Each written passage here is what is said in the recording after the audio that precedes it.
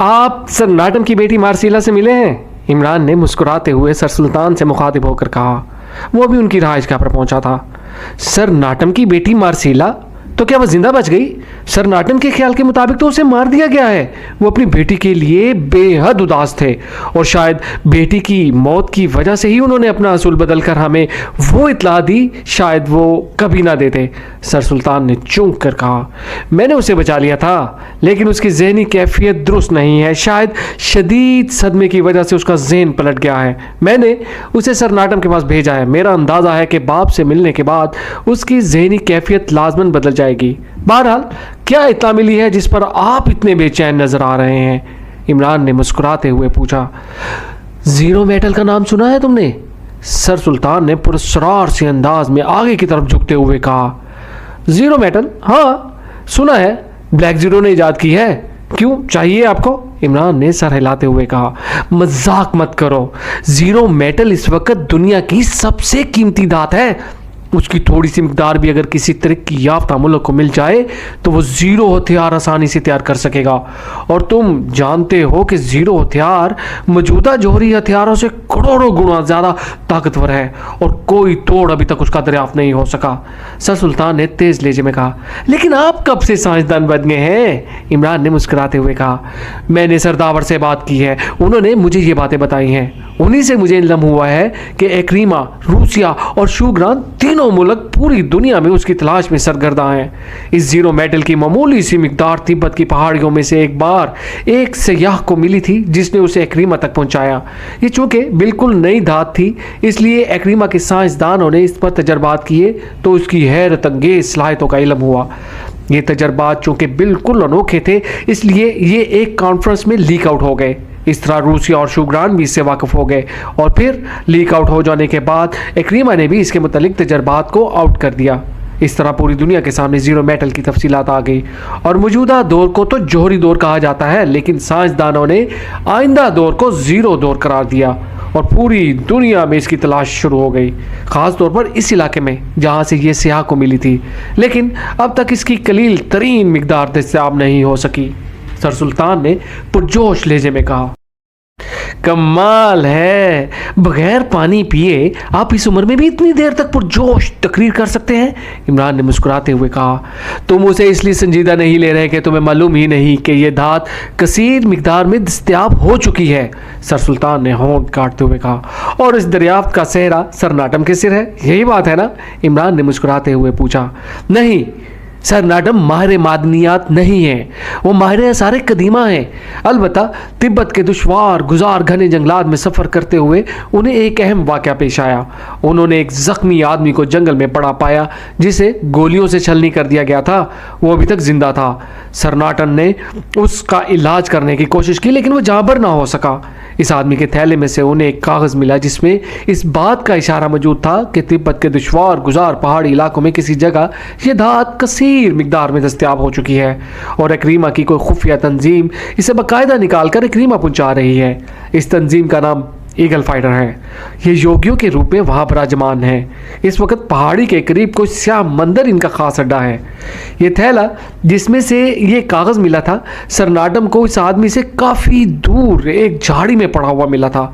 इस कागज़ से ये भी जाहिर होता था कि ये शख्स शूग्रानी इंजीनियर था और शायद ये रिपोर्ट वो शूग्रान हुकूमत तक पहुंचाना चाहता था कि मशकूक होने की वजह से रास्ते में मारा गया, लेकिन मारने वालों को उसका थैला दस्तयाब ना हो सका। सर नाटम चूँकि बैनुल अक़वामी शोहरत रखते हैं, इसलिए उन्होंने इस रिपोर्ट को अपने तक महदूद रखा। वो इस लाइन के आदमी ना थे। अलबत्ता उन्होंने इस कागज़ की मदद से अपने तौर पर जीरो मेटल के मतलब एक रिपोर्ट तैयार कर ली ताकि इनकी मौत के बाद जब ये सामने आएगा तो ये भी उनका ही कारनामा समझा जाएगा। वो शायद यहाँ पकीशा में अपने ज़ाती मकान में अपनी इकलौती बेटी मार्सीला के साथ रह रहे थे कि अचानक 4 अफराद मकान में दाखिल हुए। उन्होंने सर नाटम से वो रिपोर्ट तलब की और सर नाटम पर तशद्दुद करके उन्होंने उनसे इस रिपोर्ट के मुतल्लिक उगलवा लिया। उस वक्त मार्सीला घर पर ना थी।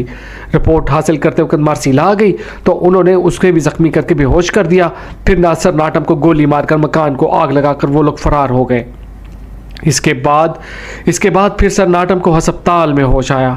वो चूँकि मेरे पुराने वाकिफ़कार थे, इसलिए उन्होंने मुझसे बात की उनका ख्याल था कि उनकी बेटी मार्सीला को भी लाजमन मार दिया गया होगा। इसीलिए उन्होंने फैसला किया कि अब ये रिपोर्ट पाकिस्तान हुकूमत के नोटिस में आ जाए। चनांचे उन्होंने इसकी तफसीलात मुझे बताई और मैंने सरदावर से जब बात की तो सरदावर ने इसकी अहमियत के मुतल्लिक मुझे बताया और फिर मुझ पर जोर दिया कि किसी तरह ज़ीरो मेटल की मकदार हासिल कर ली जाए तो पाकिस्तान दिफाई लिहाज से बाकी मुल्कों से बहुत आगे निकल जाएगा। चनांचे मैंने सदर मुमलिकत से बात की, उन्होंने भी इसके हसूल पर आमादगी जाहिर की और फिर मैंने तुम्हें बुला लिया है। सर सुल्तान ने तफसील बताते हुए कहा, यानी आपका मतलब है कि सीक्रेट सर्विस जाकर ये धात ले आए? इमरान ने मुंह बनाते हुए कहा, हाँ, ये हमारी तरक्की के लिए बेहद ज़रूरी है। सर सुल्तान ने सर हिलाते हुए कहा, लेकिन इस तरह हुकूमत करीमा हमारी मुखालफ हो जाएगी। आपने इस पहलू पर सोच लिया है? इमरान ने कहा, मैंने इस पॉइंट पर ना सिर्फ गौर कर लिया है बल्कि सदर मुमलिकत से भी इंतहाई तफसीली तौर पर बातचीत हो चुकी है। तुम सरकारी तौर पर नहीं बल्कि गैर सरकारी तौर पर जाओगे। इस तरह हुकूमत करीमा को इल्म ना हो सकेगा कि कौन ये धात ले गया है। सर सुल्तान ने कहा, और अगर मैं इनकार कर दूँ तो? इमरान ने संजीदा लहजे में कहा, इनकार? मगर क्यों? सर सुल्तान ने इंतहाई हैरत भरे लहजे में कहा, इसलिए कि इस धात को यहाँ लाने के बाद हमारा मुल्क बैनुल-अक़वामी तौर पर तबाहकुन हथियारों की दौड़ में शामिल हो जाएगा और ये कम अज़ कम मेरे नुक्ता नगाह से मुल्क के लिए नुकसानदेह साबित होगा। इमरान ने उसी तरह संजीदा लहजे में कहा, मतलब ये हुआ कि तुम पाकिस्तान को दिफाई तौर पर मजबूत देखना नहीं चाहते? सर सुल्तान ने बुरी तरह होंठ काटते हुए कहा, चलो ऐसा ही समझ लें। इमरान ने मुस्कुराते हुए कहा, ठीक है, अगर तुम ऐसा नहीं चाहते तो कोई बात नहीं, ऐसे ही सही, हम ये इत्तला हुकूमत शुगरान को पहुंचा देते हैं। वो जब ज़ीरो वेपन बनाएगा तो फिर हम उससे मांग लेंगे। मुझे यकीन है कि वह हमारी दरख्वास्त कबूल करके हमें एक हथियार तो दे ही देंगे। सर सुल्तान ने सर्द लहजे में कहा, मांगने का क्या मतलब? आप ये इत्तला देते हुए इसे ये शर्त रख लें। इमरान ने जवाब दिया, और अगर बाद में उसने इस शर्त पर अमल दरामद ना किया तो फिर? इसलिए मांगने वाला काम ठीक रहेगा। सर सुल्तान ने सर हिलाते हुए कहा, आप तो मांगने का लफ्ज़ इस तरह इस्तेमाल कर रहे हैं जैसे आपने भीख मांगनी हो। इमरान ने मुस्कुराते हुए कहा, तो और क्या, ये भीख ही मांगना ही होगा, मुल्क की बेहतरी के लिए मांग लेंगे। सर सुल्तान ने कहा और इमरान बेख्तियार हंस पड़ा। मैं आपकी रग रग से वाकिफ़ हो चुका हूँ जनाब, आप मुझे इश्तियाल दिलाना चाहते हैं ताकि मैं इससे चिढ़कर इस मिशन पर राज़ी हो जाऊँ? इमरान ने हंसते हुए कहा और सर सुल्तान फीकी सी हंसी हंस कर रह गए। तो बताओ और मैं क्या कर सकता हूँ? सर सुल्तान ने मजूस से लहजे में कहा, आप बेफिक्र रहें, ज़ीरो मेटल पाकिस्तान में पहुँचेगी हर सूरत में। आपने जैसे ही मुझे बताया था मैं फ़ैसला कर चुका था, मैं तो बस आपको छेड़ रहा था। अब चाय तो पिलवा दें, आपकी तकरीरें सुन सुनकर मेरे सर में शदीद दर्द शुरू हो गया है। इमरान ने कहा और सर सुल्तान ना सिर्फ हंस पड़े बल्कि उनका चेहरा भी मुसरत से खिल उठा। अभी मंगवाता हूँ, सर सुल्तान ने कहा और मेज़ के किनारे पर नसब एक बटन दबा दिया। Yes sir. दूसरे ही लम्हे मुलाजिम ने अंदर दाखिल होते हुए कहा, चाय ले आओ। सर सुल्तान ने उससे मुखातिब होकर कहा, साथ कुछ और भी ले आना, बेशक पैसे मेरे नाम पर लिखवा देना। सर सुल्तान तो खाली चाय पर हीटर खाने के आदी हैं। इमरान ने मुस्कुराते हुए मुलाजिम से कहा और मुलाजिम सर हिलाता हुआ वापस चला गया। उसके चेहरे पर भी मुस्कुराहट थी। फिर तुम क्या प्रोग्राम बनाओगे ताकि मैं सदर मुमलिकत को ये खुशखबरी सुना दूँ? सर सुल्तान ने कहा, मुझे सर नाटम से मिलना होगा। सर नाटम को साथ तो नहीं ले जाया जा सकता, अलबत्ता अगर इसकी लड़की मार्सीला की ज़हनी कैफियत दुरुस्त हो गई तो शायद मैं उसे साथ ले जाऊं, क्योंकि वो सर नाटम के साथ शायद मुसलसल रही है, इसलिए वो बेहतरीन गाइड साबित होगी। लेकिन उसको साथ ले जाने या ना ले जाने का इन्हिसार उसकी ज़हनी कैफियत पर है। इमरान ने कहा, ठीक है, जैसे तुम मुनासिब समझो, बहरहाल ये ज़ीरो मेटल आनी चाहिए, चाहे इसकी कलील मिकदार ही क्यों ना हो, हमारे लिए वही काफ़ी है। मैं सरदावर को कह देता हूँ वो इसके इस्तेमाल के लिए ज़रूरी तैयारियाँ शुरू कर दे। सर सुल्तान ने कहा, हाँ ज़रूर कह दें। इमरान ने मुस्कुराते हुए कहा और सर सुल्तान ने हंसते हुए टेलीफोन उठा लिया। पहाड़ी पत्थरों से बने हुए वसीअ और इस कमरे के कोने में बड़ी सी मेज़ मौजूद थी, जिसके पीछे एक ऊंची नशिस्त की रिवॉल्विंग कुर्सी पर एक लंबे कद और भारी चेहरे का मालिक और एक उधेड़ उम्र आदमी बैठा हुआ था। उसकी आंखों में सांप की सी चमक थी और चेहरे पर जख्मों के बेशुमार निशानात जगह जगह बिखरे हुए थे। वो इंतहाई मजबूत और सडोल जिस्म का मालिक था। मेज़ की दूसरी तरफ मौजूद कुर्सी पर बर्ट मौदबाना अंदाज में बैठा हुआ था। सांप जैसी चमक वाली आंखों वाले के सामने एक फाइल रखी हुई थी जिसके मुताले में वो मसरूफ था।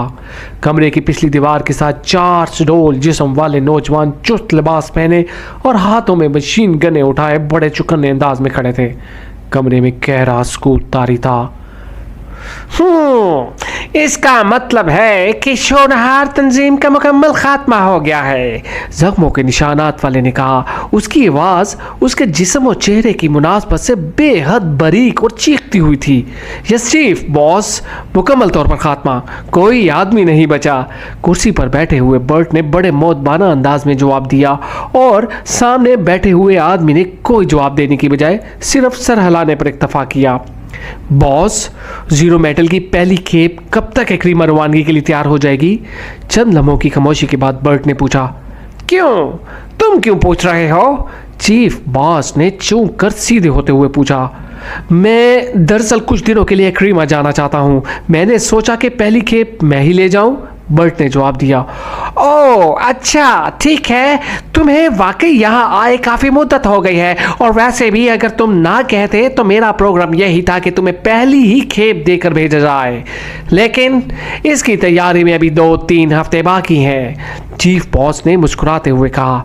2-3 हफ्ते? बर्ट ने मायूसी से जवाब दिया। हाँ, असल बात यह है कि इसकी दस्तयाबी भी बड़ी मुश्किल हो रही है, और फिर इसकी सफाई और उसे महफूज करना भी बहुत मुश्किल काम है, और यहाँ चूंकि हम जदीद तरीन मशीनरी इस्तेमाल नहीं कर सकते, इसलिए ऐसा प्रॉब्लम पेश आ रहा है। चीफ बॉस ने कहा। सफाई वहां एक्रीमा में हो जाती? बर्ट ने कहा। तुम सिर्फ इंतजामी अमूर के इंचार्ज हो बर्ट, तुम्हें तकनीकी मालूमात का इल्म नहीं है। 10 टन वजनी पत्थर की तहों में कहीं कहीं इसके चंद्रात मिल रहे हैं, इसलिए पत्थर को इस तरह काटा जाता है एक जर्रा भी जाया ना हो। फिर दूसरा मसला यह है कि हवा लगते ही जर्रा खौफनाक धमाके से फट जाता है, और एक जर्रे के फटने से कम 2 पहाड़ियां उड़ सकती हैं, इसलिए हवा बंद कमरे में उसे निकाल कर हवा बंद मखसूस धात के कैप्सूलों में उसे महफूज करना पड़ता है। चीफ बॉस ने कहा। लेकिन बॉस, वो स्याह उसे किस तरह ले गया था जिसने हमारी हुकूमत तक इसे पहुंचाया था? बर्ट ने कहा। वो एक दिलचस्प इत्तेफाक था। इस स्याह को इसके बारे में कतन मालूम ना था। उसे सियाहत के दौरान एक बूढ़ा योगी मिला जो आखिरी दमों पर था। इस योगी ने उसे एक बड़ा सा हीरा दिया और उसे बताया कि ये हीरा इंतहाई कीमती है। न जाने कितनी सदियां पहले ये हीरा शिलांग के मंदिर में मौजूद बुद्ध देवता के मुजस्मे की पेशानी में नस्ब था कि उसे चुरा लिया गया, और बुद्ध मत के मानने वाले उसे सदियों से उसकी तलाश में सरगर्दा थे। लेकिन यह हीरा इस बूढ़े योगी को एक ऐसे गार से मिला जो जलजले की वजह से नमूदार हुई थी। जलजले से पहाड़ी का एक हिस्सा टूट गया और ये गार जाहिर हुई। वहां और इंसानी ढांचे भी पड़े थे, और साथ ही ये हीरा भी। इस योगी का ये ख्याल था कि ये दोनों इंसानी ढांचे इन चोरों के थे जो ये मुकद्दस हीरा चुरा कर ले गए थे। लेकिन बुद्ध देवता का गज़ब इन पर टूटा और जलजले की वजह से वो गार बंद हो गया और वो दोनों मर गए। और अब इसके जाहिर होने का वक्त आया तो इस योगी को ये मिल गया और वो इसे वापस शिलांग मंदिर पहुंचाना चाहता था, लेकिन वो अचानक बीमार हो गया। उसने स्याह से वादा लिया कि वो ये हीरा शिलांग मंदिर पहुंचा दे। स्याह एक्रीमन था, उसे इसके तकद्दुस से ज्यादा इसकी कीमत से दिलचस्पी थी। चुनांचे बूढ़े योगी के मरते ही उसने एक्रीमा का रुख किया और वहां उसने इस हीरे को खुफिया तौर पर बेचना चाहा और अपने एक जौहरी दोस्त से उसकी कीमत लगवाई। जौहरी ने उसे जो कीमत बताई उससे स्याह को बेहद मायूसी हुई, क्योंकि जौहरी के मुताबिक ये हीरा नाकिस था। उसके अंदर स्याह रंग के धब्बे थे जो इससे पहले किसी हीरे में दिखाई ना देते थे। इस जौहरी का एक साइंसदान दोस्त था। उसने इस साइंसदान से इस अजीबोगरीब धब्बों का जिक्र किया तो उसने हीरा देखने की ख्वाहिश जाहिर की। सियाहत की मार्फत जब उसने हीरा देखा तो उसे भी इन धब्बों से दिलचस्पी पैदा हुई। उसने वो हीरा इस स्याह से खरीद लिया, फिर इन धब्बों की वजह मालूम करने के लिए लेबॉर्ट्री में हीरे को काट दिया और धब्बे पर जीरो मेटल के ज़र्रात की वजह से थे जो उसके अंदर बंद थे। क्योंकि ये ज़र्रात बिल्कुल मुनफरद किस्म के थे, इसलिए उस साइंसदान ने उन्हें चेक करना शुरू कर दिया और इस तरह अचानक जीरो मेटल दरियाफ्त हो गई। इसके बाद सरकारी तौर पर इस पर मजीद तहकीकात की गई तो इनकी खासियतों का इल्म हुआ कि ये मेटल दुनिया की कीमती तरीन धात है और इससे दुनिया का खौफनाक तरीन और तबाह कौन हथियार तैयार किया जा सकता है। हुकूमत करीमा ने इसे खुफिया रखने की कोशिश की, लेकिन इस जौहरी की वजह से राज लीक आउट हो गया और इस साइंसदान ने इस जौहरी को बता दिया था ताकि वो सियाहत से मिलकर इस मेटल को मजीद तलाश किया जा सके। फिर रूसिया और शुग्रान को भी इसका इल्म हो गया। इस तरह पूरी दुनिया के सामने ये जीरो मेटल जाहिर हो गई। फिर तीनों हुकूमतों ने इसे तलाश करने की कोशिश की, लेकिन नाकाम रहे। जिसका एक जर्रा भी कहीं से दस्तयाब ना हो सका, इसलिए वो खामोश हो गए। लेकिन इत्तेफाक से हुकूमत करीमा को यहाँ उसकी मौजूदगी का इल्म हो गया और ये इल्म भी एक खलाई सियारे में नस्ब एक खुफिया मशीन और उसके खुफिया आले के ज़रिए से हुआ। क्योंकि हुकूमत करीमा ने खुफिया तौर पर हमें यहाँ भेजा है ताकि हम उसे यहाँ से निकाल कर ले जाएं। इस तरह ईगल फाइटर यहाँ पहुँच गए, लेकिन हम यहाँ जदीद मशीनरी नहीं ला सके थे क्योंकि इस तरह बाकी ममालिक को इल्म हो जाता, फिर सारे लोगों के हाथों से इसको बचाना पड़ता। अभी तक सिर्फ 2 पत्थर काटे जा सके हैं, शायद 5 या 6 ज़रात दस्तयाब हुए हैं। हुकूमत चाहती है कि पूरी पहाड़ी के एक एक पत्थर को चेक किया जाए। चनांचे ये तलाश जारी है, लेकिन अभी तक इसकी पहली खेप तैयार नहीं हो सकी जिसमें कम से कम 15 ज़रात होने ज़रूरी हैं। चीफ बॉस ने पूरी तफसील बताते हुए कहा। ओह, फिर तो इसमें ज़्यादा देर भी लग सकती है, बर्ट ने कहा। नहीं, अभी थोड़ी देर पहले मुझे इत्तला मिली है कि 2 पत्थर ऐसे दस्तयाब हुए हैं जिनमें से 10 के करीब ज़रात निकल आएंगे। इस तरह पहली खेप तैयार हो जाएगी, लेकिन इसको 2 हफ्ते तो कम से कम लग ही जाएंगे। वैसे मैंने एक ऐसी मशीन मंगवाई है जो 1-2 रोज़ में पहुंच जाएगी, जिसके ज़रिए इनकी मज़ीद मौजूदगी का पता चल जाएगा। वरना अब तक की रिपोर्ट यही है कि इस पहाड़ी में और ज़रात मौजूद नहीं है, लेकिन इस मशीन के जरिए हम इर्द गिर्द की पहाड़ियों को भी चेक कर सकेंगे और अगर मजीद दस्तयाबी ना हुई तो फिर यही पहली खेप भी आखिरी साबित होगी और हम सब इकट्ठे ही वापस चले जाएंगे, चीफ बॉस ने कहा। ओह, फिर तो ठीक है, बर्ट ने सर हिलाते हुए कहा। और फिर इससे पहले कि कोई और बात होती, मेज पर रखे हुए एक बड़े से ट्रांसमीटर से टू टू की आवाजें निकलने लगी और चीफ बॉस चूक कर सीधा हुआ और उसने ट्रांसमीटर की जाइल को देखा। ओह, ये तो करीमा से कॉल है, चीफ बॉस ने कहा और हाथ बढ़ाकर ट्रांसमीटर का बटन ऑन कर दिया। Hello hello, colonel Arnold calling, over. एक बहुत ही भारी सी आवाज सुनाई दी। Colonel Jaguar returning, over, chief boss ने तहकमाना लहजे में कहा। कर्नल जागूरा, क्या आपके मिशन के मुतालिक हमारे आसार कदीम नाटम को इल्म है? ओवर। दूसरी तरफ से पूछने वाले का लहजा खासा तल्ख था। सर नाटम को? क्या मतलब? मैं समझा नहीं, चीफ बॉस ने हैरत भरे लहजे में कहा। हमें एक अजीब खबर मिली है। सरनाटम और उसकी लड़की पाकिस्तान में मौजूद थे। इन पर हमला हुआ, सरनाटम को गोली लग गई और इसकी लड़की को बांधकर मकान को आग लगा दी गई, लेकिन वो लोग वहां पहुंच गए और उन्होंने मार्सिला और सरनाटम को बचा लिया। सरनाटम ने हस्पताल पहुंचते ही पकीशा के सेक्रेटरी खारजा सर सुल्तान को बुलवाकर उनसे मुलाकात की और इस बारे में सर सुल्तान ने वहां के साइंसदान सरदावर से बात की और पकीशा के सदर से भी बातचीत की और इस बात में जीरो मेटल का जिक्र आया। और ना सिर्फ जीरो मेटल का जिक्र आया बल्कि वह श्याम मंदिर का भी जिक्र आया। इसके बाद सर सुल्तान ने पकीशा सीक्रेट सर्विस के नुमाइंदा अली इमरान से मुलाकात की, जो सदर को जो रिपोर्ट सर सुल्तान ने दी है उसके मुताबिक इमरान की सरबराही में कोई गैर सरकारी और खुफिया मिशन तिब्बत की तरफ रवाना होने का जिक्र आया है और इन सारी इतलात में यही बात अखज़ किया गया है कि सरनाटम को तुम्हारे मिशन का बखूबी इल्म था और वो उसने ये इतला पहुंचाई है। क्या आपको इसका इल्म है? ओवर, कर्नल आर्नल्ड ने तफसील बताते हुए कहा। ओह, ये तो वाकई इंतहाई अहम इतला है।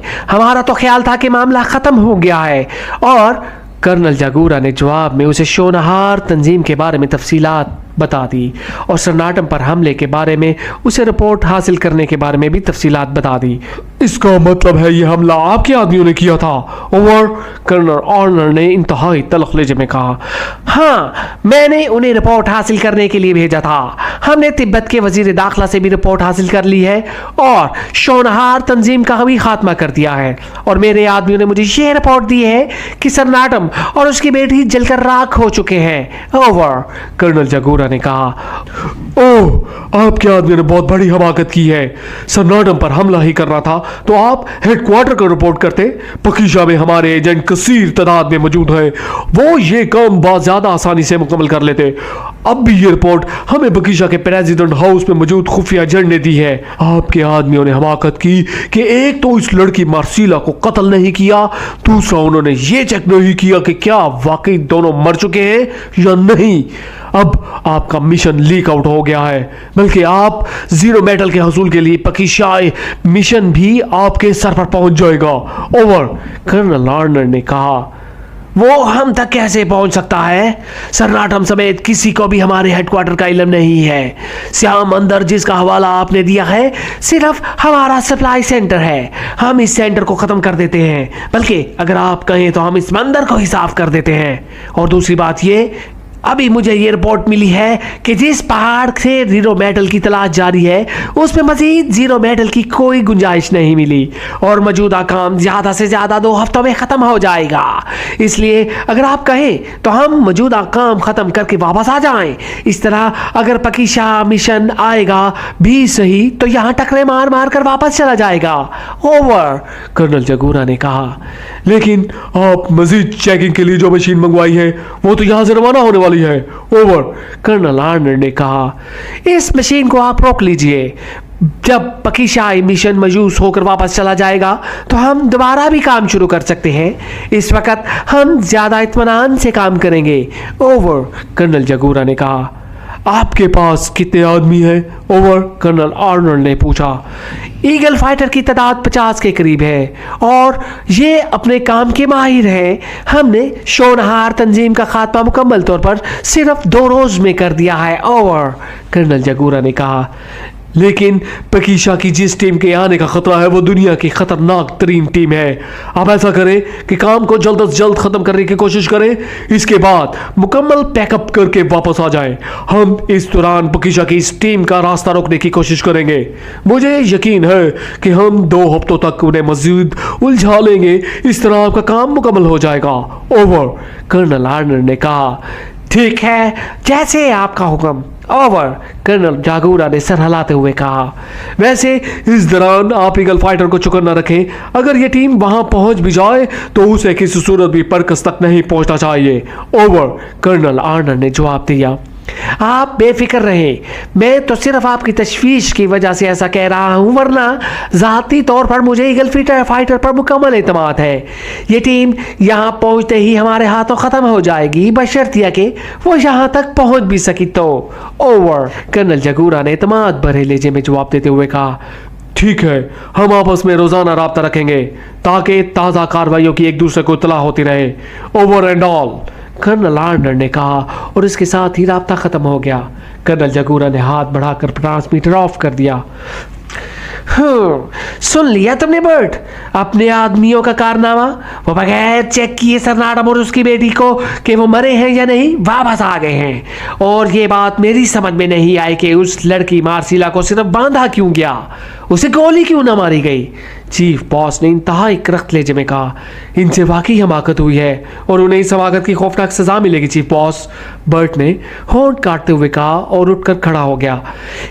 इनको सजा देने के बाद अब तुमने पूरे इलाके की नाकाबंदी करनी है। इंसान तो एक तरफ, बंदर का बच्चा भी तुम्हारी नजरों से बचकर इस इलाके में दाखिल नहीं होना चाहिए।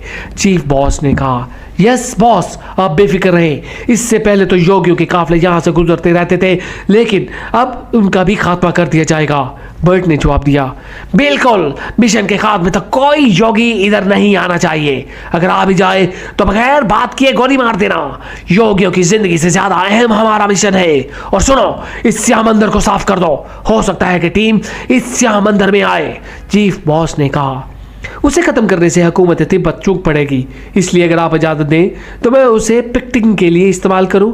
अगर ये टीम यहाँ आई तो मंदिर की वजह से आसानी से पकड़ी जाएगी। बर्ट ने कहा, जो मर्जी आए करो, लेकिन असल मरकज तक कोई ना पहुंचे, बस मेरा मकसद यही है। चीफ बॉस ने सर हिलाते हुए कहा, आप कतन बेफिक्र रहें, बर्ट ने कहा और तेज तेज कदम उठाता हुआ दरवाजे की तरफ बढ़ गया। पहाड़ी खच्चरों की एक तवील कतार घने जंगलों के दरमियान पतली सी लेकिन सांप की तरह बलखाती हुई पगडंडी पर आहिस्ता आहिस्ता आगे बढ़ी चली जा रही थी। चढ़ाई पर खच्चरों की रफ्तार कम हो जाती, जबकि उतराई के वक्त इनकी रफ्तार में कदरे इजाफा हो जाता।